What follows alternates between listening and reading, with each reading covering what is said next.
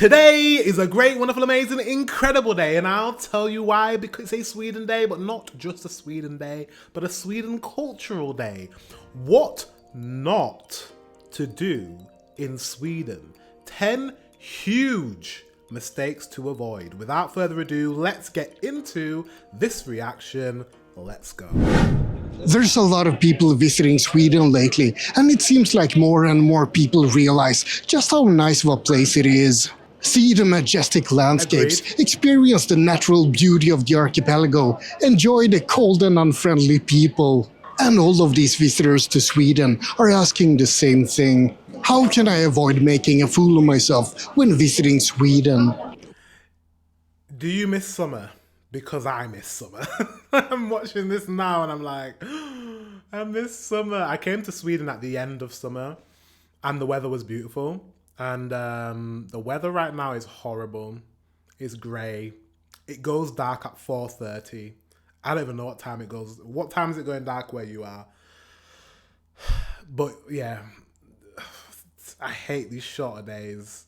Honestly, I wake up and I feel like I've only been up a few hours and it's starting to get dark. So yeah, I don't miss this. When I was living in Thailand, if you guys remember, it was always sunny. It was always sunny and I miss it.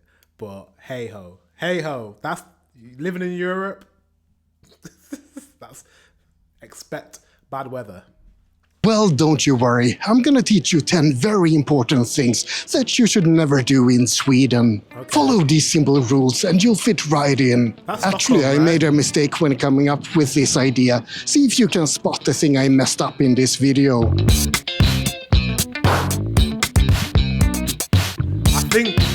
I think that's Stockholm. When you look for travel advice online, many people, especially Americans, tell you to learn a few phrases of the local language before you go. They will really appreciate it. You'll get better service, and they'll compliment you on trying to understand their culture. Well, don't do that in Sweden. Why? That's not fair to say though, because I want to learn Swedish. If I'm learning Swedish and I go to Sweden, I try and practice my Swedish, and you guys are like, don't speak Swedish, speak English. That would be really annoying, because how are you supposed to learn? First of all, we don't care if you know how to say hur mår du or tack. At the very best, you might get a tired smile and a wow, that's great. At worst, we won't have a clue what you're trying to say, and you'll cause a lot of awkwardness. I've seen people online complain that Swedes are rude and that they pretend to not understand what people are saying when they speak Swedish. No, that's because we don't understand what you're saying. Sometimes non-native sounds can sound like complete gibberish to us, and we have to do some pretty intricate mental gymnastics to understand what that's supposed to be. And then you want... Okay, fair dude. So if you're learning how to speak Swedish, you have to you better learn how to sound Swedish. Otherwise, you're just going to be like, huh? What was that? I just got to make sure that I sound good. That's what it is. I just need to make sure that I sound good. And I'm sure it will be fine. I'll be so nervous. I feel like the first time I actually learn a bit of Swedish and I go to Sweden. So the next time I'm in Sweden, when I've learned a bit of Swedish, I think it's going to be so nerve-wracking actually trying to speak in Swedish to a Swedish native speaker. That'd be scary.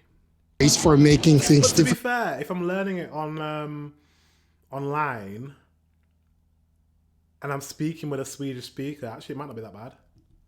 For us? I don't think so. Swedes value efficiency, and the most efficient thing is to ask us to speak English instead. We can suck pretty bad at English, but our English is still better than your broken Swedish. It's just the most efficient way to communicate. This, of course, makes it really difficult for people trying to learn Swedish, because Swedes will switch to English at the first failed conjugation. Exactly. It's a catch-22 for newcomers to Sweden, in fact, and it's quite a bit of an issue.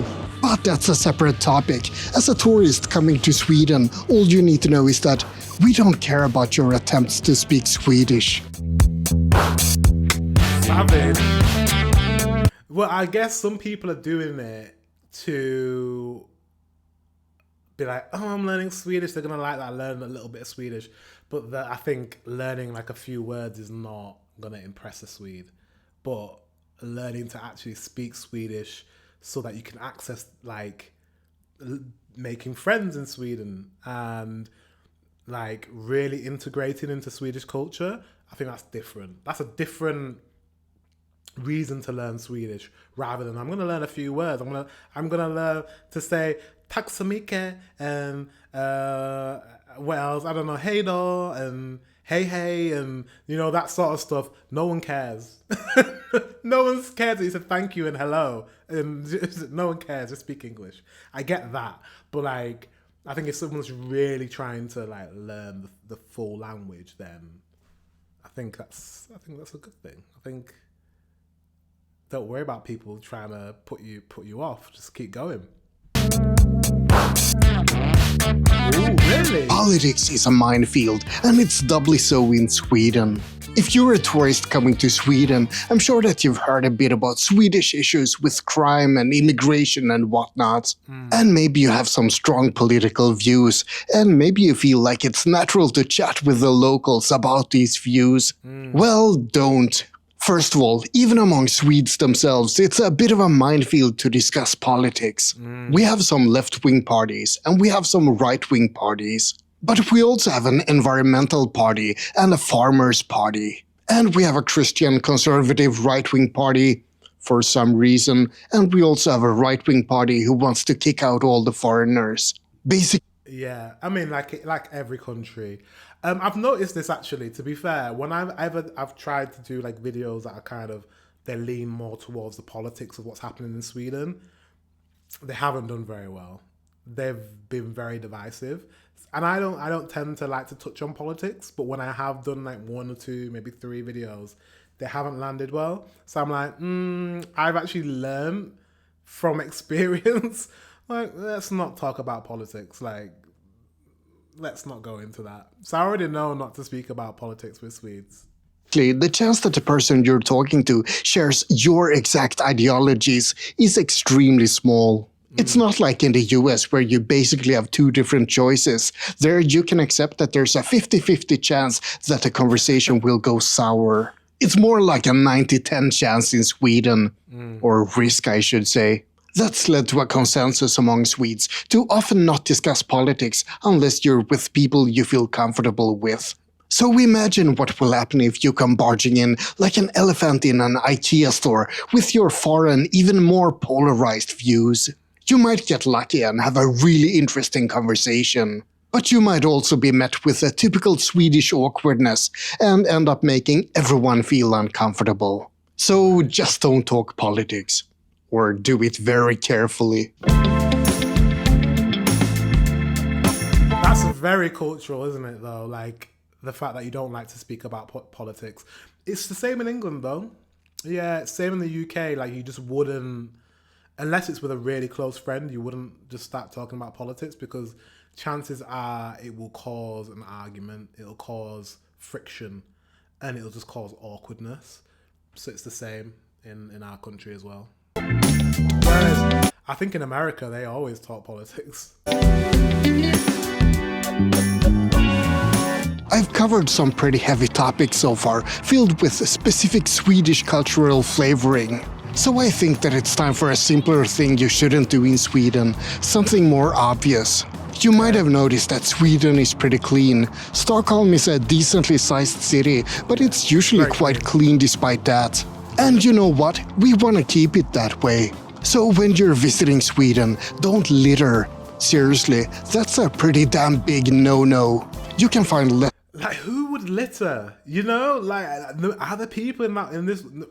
Listen, when I went to Sweden, all I thought was, wow, it is so clean. I know when you watch those vlogs, count how many times I say, it's so clean. I must have said it about like at least 100 times. I don't know. I said it a lot. And what goes through someone's mind that they would want to drop litter in a clean place? If you look on the ground and there's no litter on the ground, there's no, I mean, it's wrong to litter anywhere, even if there's already litter on the ground. It's probably even worse if you litter where there's litter on the ground. But I can kind of understand some sort of logic that that person might be like, well, there's all this litter on the ground. I can throw my thing on the floor because everyone else is. But if you go to Sweden, there is zero litter. Zero. Pretty much zero. If there's litter, it's by accident. Maybe something flew out of someone's pocket by accident. But there's zero litter on the floor, on the ground. So I don't understand anyone that would just throw it there. Like, that's crazy.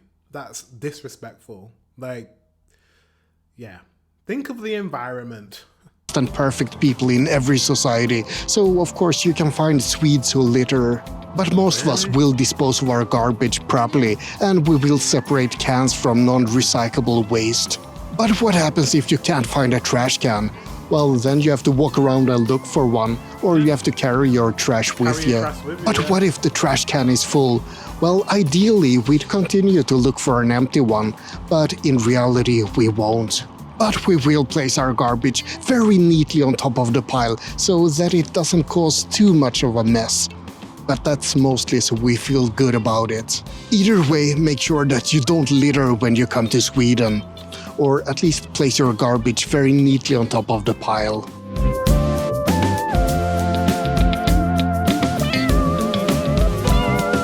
I love traveling in Southeast Asia and in Southern Europe and in the US.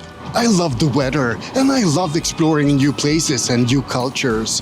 And if there's something I've learned, it's that people are obsessed with honking their car horns in other cultures. He's almost correct, but he's not, because he said Southeast Asia. So I understand what he's saying, because in Southeast Asia, places like Vietnam, Malaysia, Indonesia, those places, I visited those places, they're crazy about honking their horns. However, Thailand, you don't honk your horn in Thailand. It's absolutely silent. People do not press their horn in Thailand, which is something that you have in common. I'm guessing he's going to say in Sweden you don't honk your horn. I'm trying to think. But actually, yeah, he's correct. I don't remember ever hearing a horn being pressed.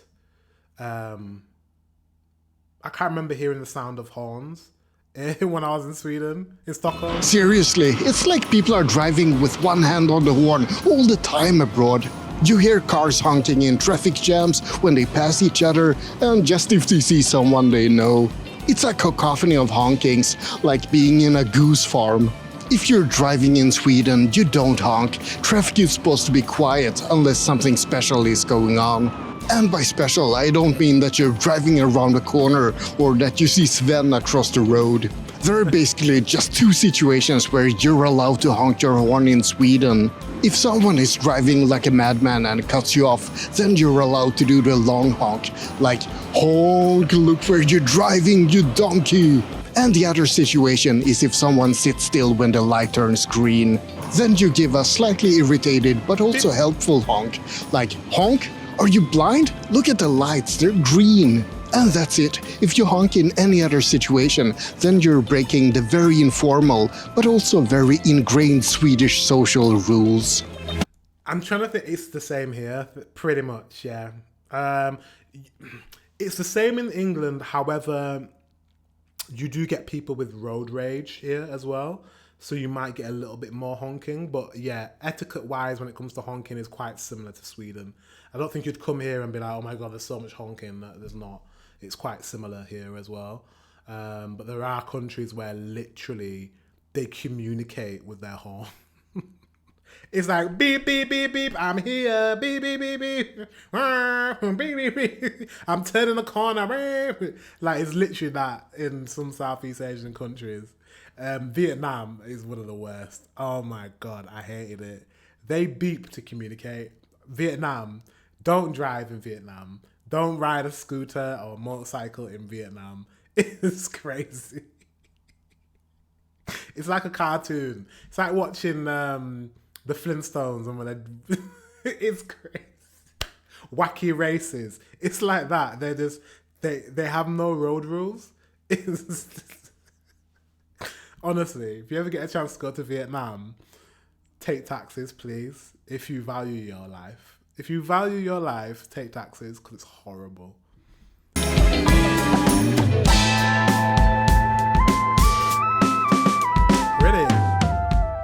probably heard about black gold, Texas tea, that's of course referring to oil.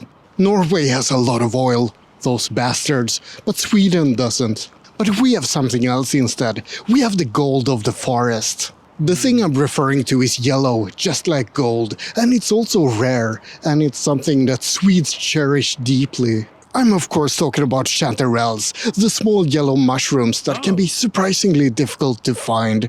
Swedes use them to make chanterelle sauce, or they fry them with butter, or they use them for flavoring in stews. And probably lots of other things too. One reason that it's a beloved mushroom is that it's only available during certain times of the year. You can buy them in supermarkets a couple of months around summer, but most people prefer to pick them themselves in the woods instead. It's pretty common to go mushroom hunting in Sweden. Well, maybe not in Stockholm, but in the rest of the country.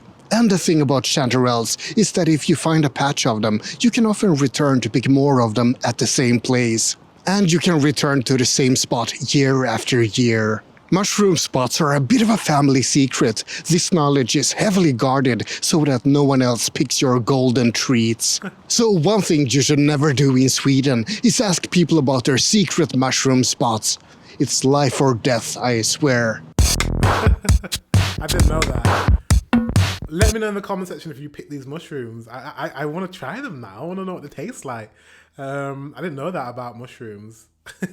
People pick mushrooms here in the UK as well, but they're not the kind of mushrooms that you just eat for nutrients.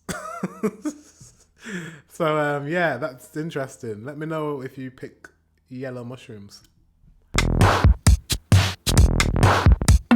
This year I went on a road trip from the southern point of Sweden to the northern tip.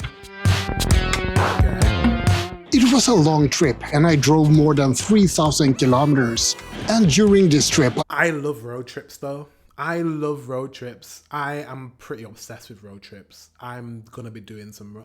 By the way, guys, speaking of road trips, today, 7 days from today, a week today, I am doing my driving test. So pray for me if you're religious, or just wish me good luck if you're not.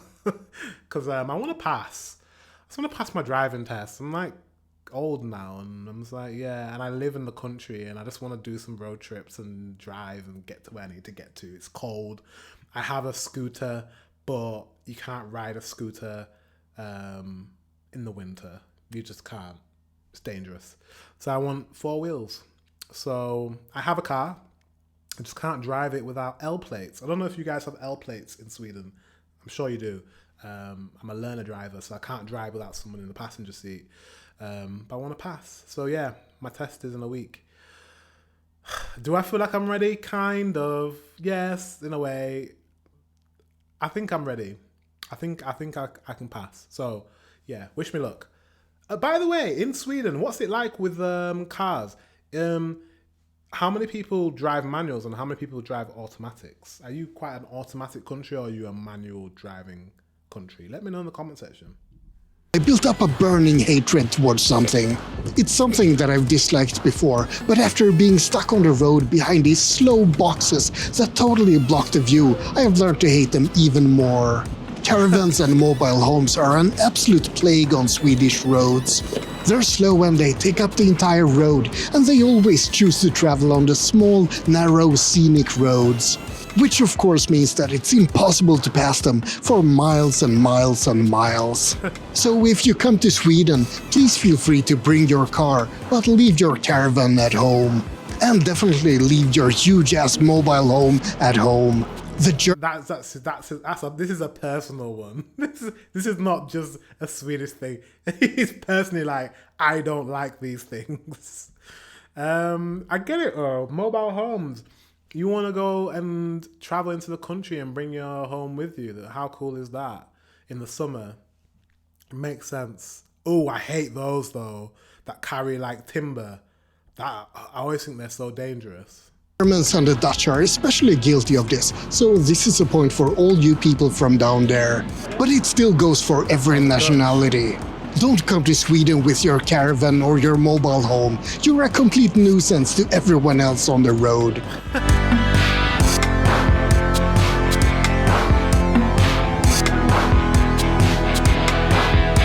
Don't stop. I've talked about general things not to do in Sweden, but I need to bring up one thing that's specific to Stockholm. Stockholm is the biggest city after all, and there's a lot of visitors coming to the capital of Sweden.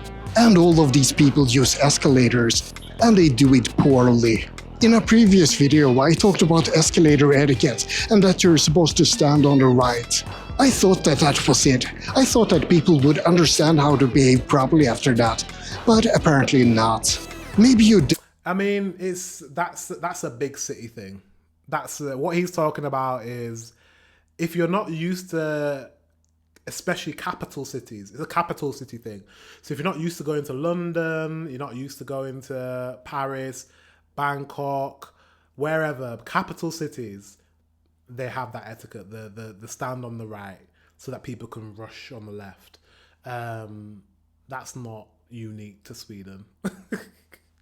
And to be honest, people within your country probably make that mistake as well. Like people that live in smaller parts of Sweden, when they go into Stockholm, they probably make that mistake as well. It's the same in the UK. When people from the north go to London, they sometimes make that mistake. It is what it is. Don't have escalators. I'm guessing he's from Stockholm because he's got like a Stockholm vibe to him. Like maybe he's not. I don't know. In your small town, but something you should never do is stop at the top of an escalator and look around. I mean, how dense can you be? You do understand that people are coming behind you, right? That's the whole point of an escalator. If you stop and look around in a confused manner, then you're gonna get bumped into in a very annoyed and non-confused manner. And the same thing if you're walking along a busy street, you don't stop suddenly to look where to go next. I understand that this concept might be Come on, mate. Have some empathy. Because the people that have traveled is overwhelming. When I went to Stockholm and I arrived in Stockholm and I was in the train station, I've never been to Stockholm station before. You saw it on the vlog. I had to stop. Look around where I was because I was moving at the pace of everyone else. But because I've never been to, it's a new country, a new city. I had never been there before. I had to stop and figure out where I was going. Otherwise, I'm going to get lost. Otherwise, you're going to get lost. And I did ask someone and then they pointed me in the right direction. But you can't expect, I understand these are fast-moving cities. People have work, people have things to do. However, they're also cities that have a lot of tourists. And tourists don't know where they're going, so they need to find their bearings. So it's a bit insensitive for him to be like, come on, hurry up, you need to move, don't stop. No, sometimes you have to stop. If you go to a new country, you have to stop. So I don't agree with this point at all. I think it's insensitive. Difficult to grasp, so I've put together a helpful little rhyme to help you remember. Riding swiftly, lots of fun, and then you reach the top. Now you stop and look around. Hey, what are you doing, you stupid bastard? Move it and don't block the way. I can understand that on the top of an escalator. I understand that. Move out of the way. But when he said don't stop when you're walking around like a city, you have to stop. Or in a train station, you have to stop to know where you're going.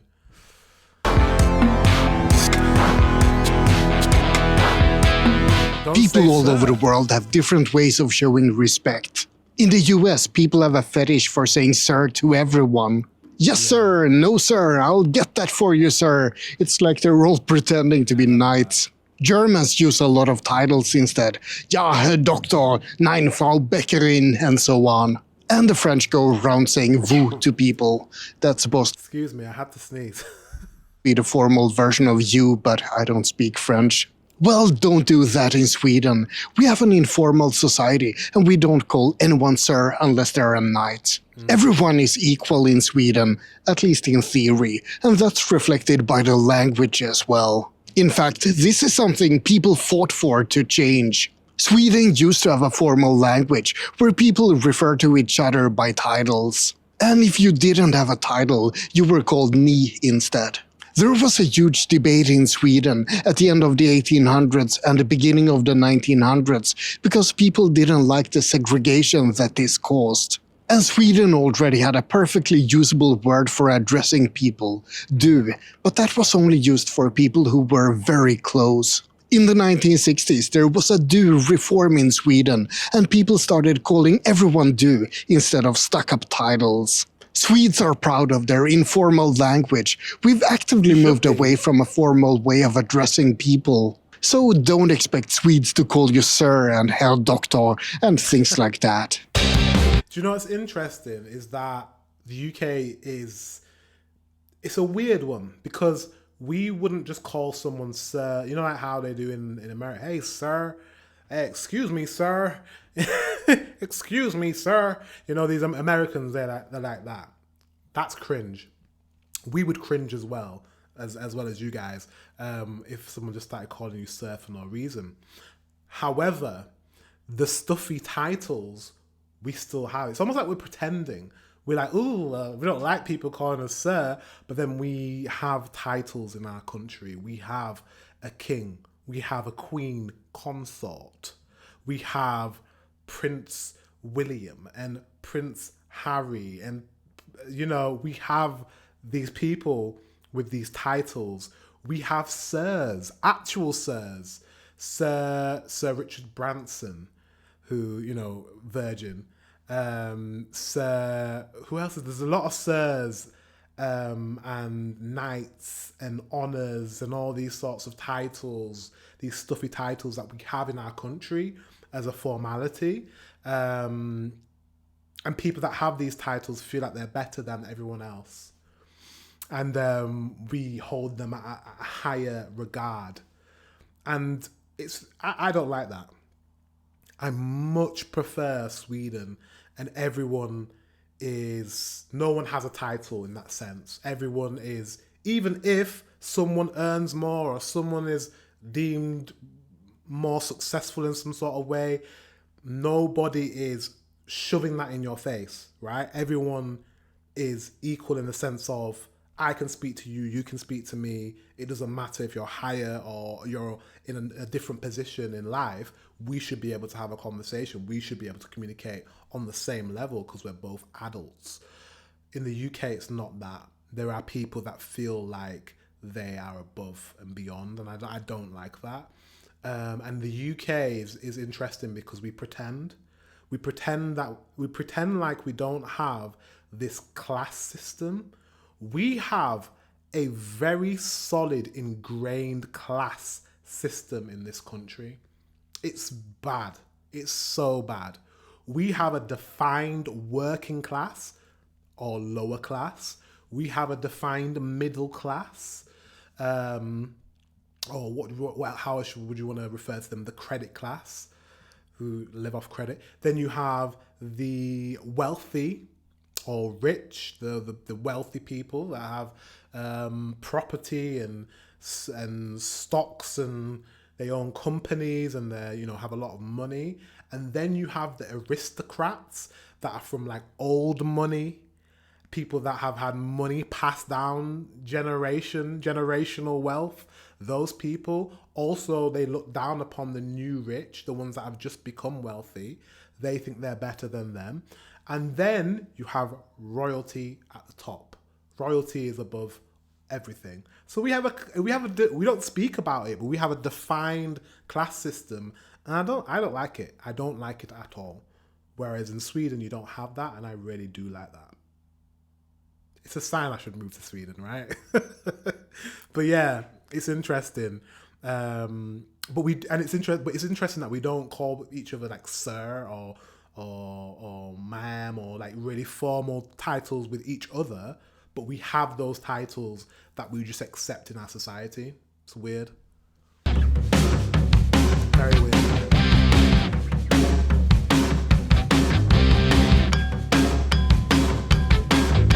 Oh, walk like a donkey. I'm still a bit annoyed at the escalator point I mentioned earlier, so I have to throw in another similar one. Okay. I understand that people walk differently in a city compared to out in the countryside. People have places to do and things to be in Stockholm. We don't have time to stop and smell the metaphorical roses. So He's a Stockholmer. He speaks just like a Londoner does, like a capital city person. People from the capital city. I mean, I love capital cities. I've lived in two. I've lived in two capital cities, and I know the mentality of people that live there. They're very self-important. I'm not saying I do like Mr. Vagabond, but people that live in capital cities feel that they're self-important. So I get now why he's listing these things that he doesn't like that happen in his city. When you're in Stockholm, make sure you don't walk like an. I'm not just talking about stopping in the middle of the road. Oh no, there's so much more. There's a lot of bikes in Stockholm and bike lanes. Those are for bikes and not for pedestrians. So stop jumping out in the bike lane all the time, and whatever you do, don't stop there blocking the traffic. That's a good way to get hit by a cyclist. Hard. And in general, don't block up the paths and bike lanes and roads. We already have the stroller mafia here who does that. You know, entitled Karens with enormous strollers who block up the entire walkway. And since we're talking about Sweden, those Karens can be of either gender, so Karens or Kevins or something like that. Either way, just don't walk like a donkey.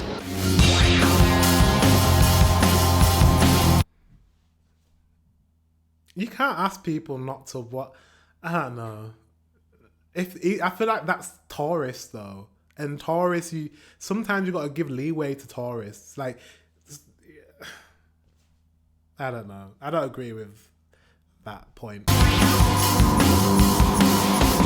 Ronnie James Dio was a famous musician, and he wasn't Swedish, but one of his songs sounds like it was written by a Swede.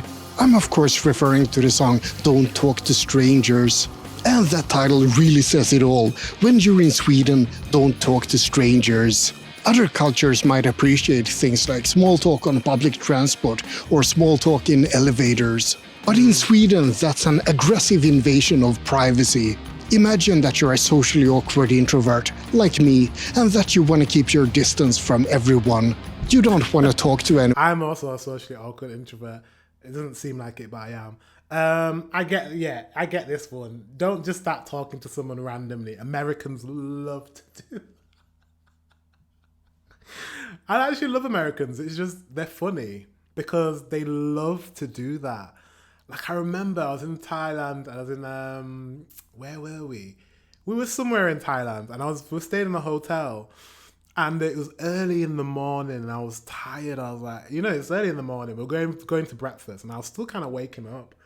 And we were in the elevator. We got in and there was this young guy in the elevator going to his room. And he had just come from breakfast, which he let us know. He was like, howdy, guys. This is like early in the morning. We're like still like wiping our eyes, and he's like, "Howdy, guys. Where you guys from?" I can't even do an American accent, but you know what I mean. Where you from? He was like from the South, like Texas or something. And we were like, "Oh, we're from England." "Oh, England? I love it there. How you guys doing? It's a great day today. Breakfast is delicious." He started just talking.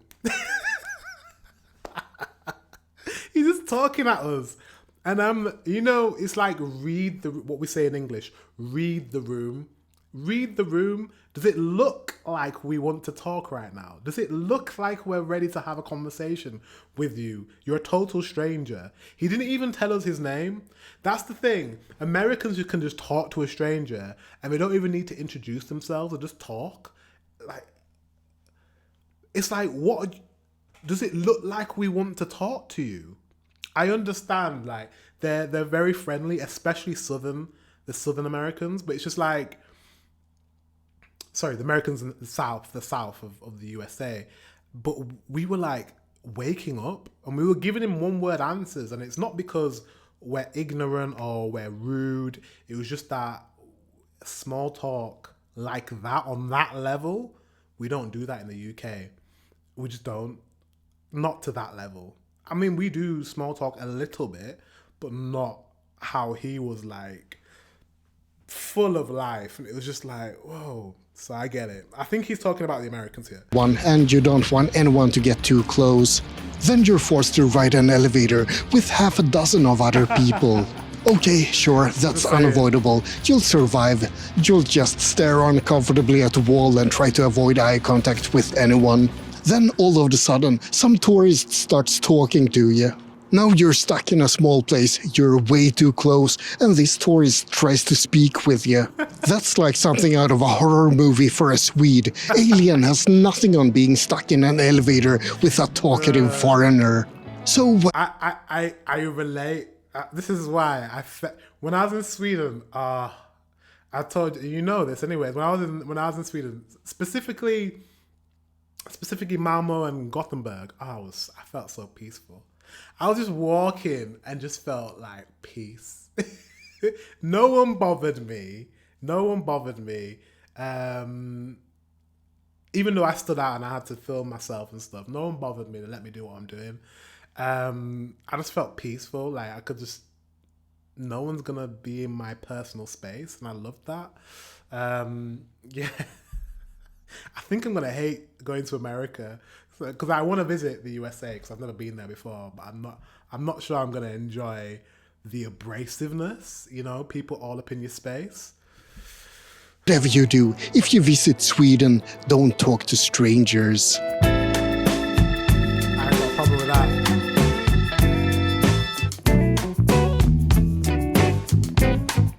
Whoa. Did you read that? Don't have fika. Oh, what?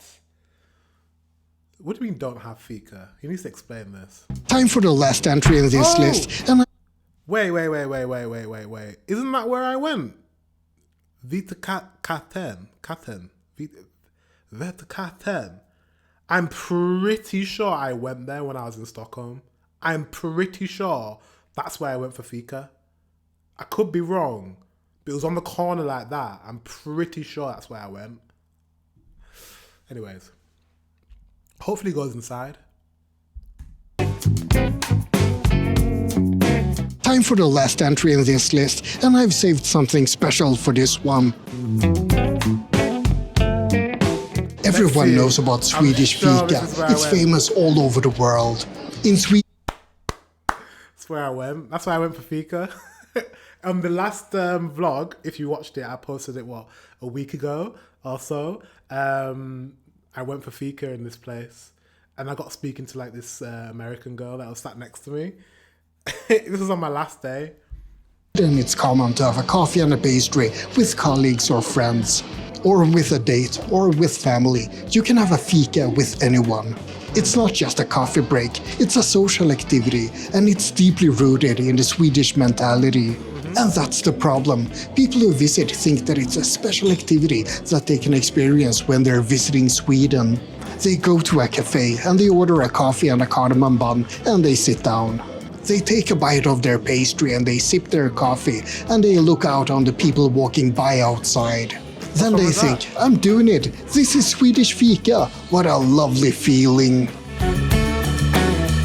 Yes, I know that's not fika in the sense of fika is much more than just eating a cardamom bun and drinking coffee. It's also socializing and a bit of time out to spend with somebody else.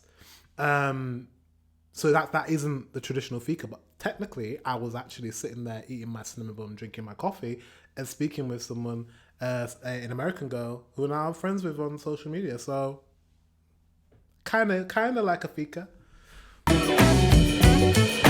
But that's of course complete rubbish. They haven't experienced fika at all. Fika isn't about the pastry or the coffee. It's not about sitting at a cafe. It's about the mental state you enter when you have fika. You take a break from work or school and you socialize with people instead. You devote your entire mind to the experience. It's a meditation of sorts, a social meditation, and you make a clear distinction between fika time and not fika time. Do you agree with him? I think for Swedes, I think it's important because you are, I don't want to say antisocial. You don't like speaking to strangers. You don't like small talk. Instead, you have a specific time where you dedicate that time to socializing, to communicating. Fika, like he said, in a way, is an experience. It's a state of mind. You choose that time to like communicate and really dedicate that time towards someone else instead of working or doing other things. And I think that's important for Swedes, and maybe that's why in your day to day you don't bother with small talk and socializing, because you have that specific allocated time in the day to do that. Maybe. Come to Sweden thinking that you can emulate the feeling of fika just by having a coffee and a pastry. In fact, what I'm doing right now doesn't really count as fika. I'm not being social, and I'm recording and sort of working, so yeah, don't do what I do. Have proper fika instead. And that's about it for this list of things not to do in Sweden.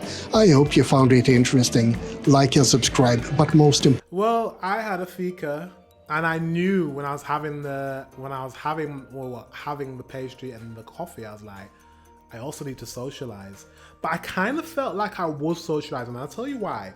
Because I had that conversation, because I was chatting to the American girl next to me. She was also having a coffee and cake, and she was asking me what I was doing, what I was filming, what I do for a living, and we were having a conversation, and we were having a coffee and cake. So that felt like a fika to me. And also, I was filming, and you guys didn't see that part because I lost the footage, but I was also speaking to you guys and it felt like a conversation. This always feels like a conversation, which is really weird, isn't it? I try not to think about it, that I'm like talking to a camera, but I don't. When I'm talking like now, I feel like I'm speaking to you, whoever you are, or maybe there's more than one of you. I feel like I'm speaking to you, and it's kind of strange, but yeah, I feel like I'm having a conversation. Because I know I'm going to get an answer in the comment section, so it feels like a conversation. So I don't know, it didn't feel like I was on my own when I was having a fika. So I feel like I had a semi-experience. I didn't have a full experience, but maybe when I go back to Sweden, I'll be able to meet some of you and we can have a fika, like proper, like a real one. That could happen. But yeah, he makes sense now. Now that I know that 3-Star Vagabond is a Stockholmer, it makes a lot of sense. They just don't have, he's like a Londoner, they don't have any patience. There's no patience for foreigners or for people that are not big city dwellers. I find it really funny, but this is really interesting. This should be what not to do in Stockholm. This shouldn't be not what to do in Sweden. This is what not to do in Stockholm. He needs to change the title. Do you agree? I think this is more applicable to Stockholm than the rest of Sweden or other cities in Sweden. What do you think? Let me know in the comment section below. Guys, thank you very much for watching. Until the next one, I will see you very soon.